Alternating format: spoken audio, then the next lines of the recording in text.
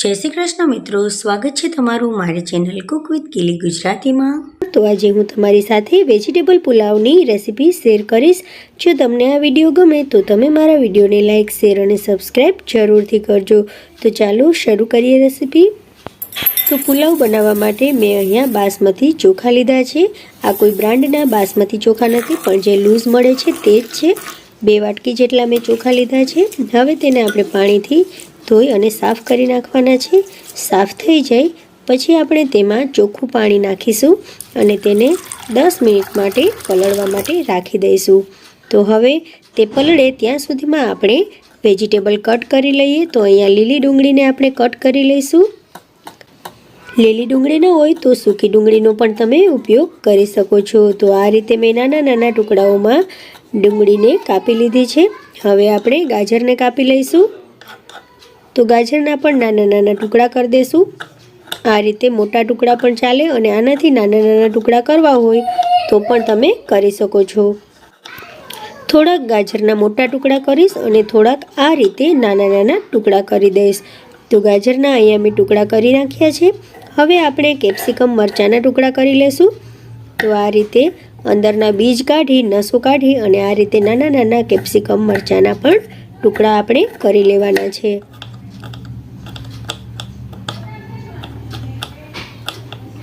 અહીંયા હું જે પુલાવ બનાવીશ તે કુકરમાં બનાવીશ।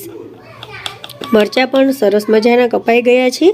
અહીંયા હું લીલા વટાણા પણ પુલાવમાં નાખીશ અને બટાકા પણ પુલાવમાં નાખીશ। તો બટાકા પણ મેં કાપીને પહેલેથી જ રાખી દીધા છે। હવે આપણે કુકરમાં તેલ મેં 3 થી 4 ચમચી જેટલું નાખ્યું છે। તેલ ગરમ થઈ ગયું છે તો તેમાં એક તજ પત્તું નાખીશું। આપણે નાનકડો તજનો ટુકડો નાખીશું, 3-4 લવિંગ અને એક બાદિયું નાખી દઈશું।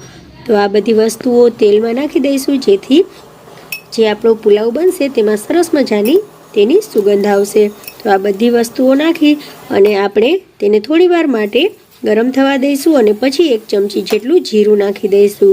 જીરું સરસ મજાનું હવે ફૂલી ગયું છે તો બધા જ શાકભાજી જે આપણે કટ કર્યા છે તે નાખી દઈશું।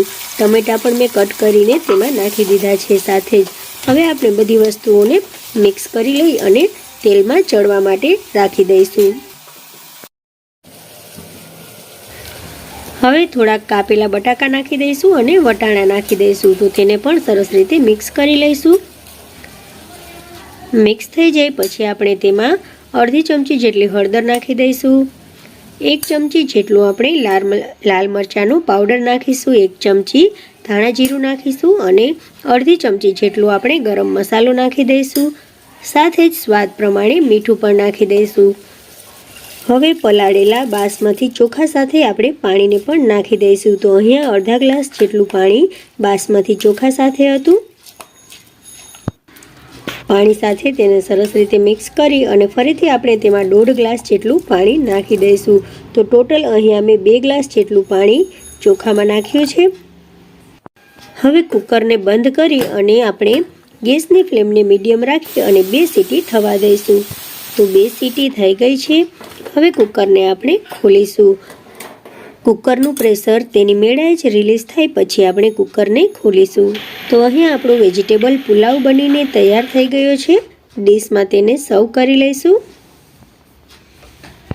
ઉપરથી આપણે થોડીક કોથમરી સ્પ્રિંકલ કરી દઈશું। તો અહીંયા આપણો વેજીટેબલ પુલાવ બનીને તૈયાર થઈ ગયો છે। મિત્રો, જો તમને મારી આ રેસીપી ગમી હોય તો તમે મારા વિડીયોને લાઇક, શેર અને સબસ્ક્રાઈબ જરૂરથી કરજો। સાથે સાથે બેલ આઇકોનને પ્રેસ કરજો જેથી મારા નવા વિડીયો તમને સૌથી પહેલાં મળતા રહે। Thank you for watching. મળીએ નવી રેસીપી સાથે।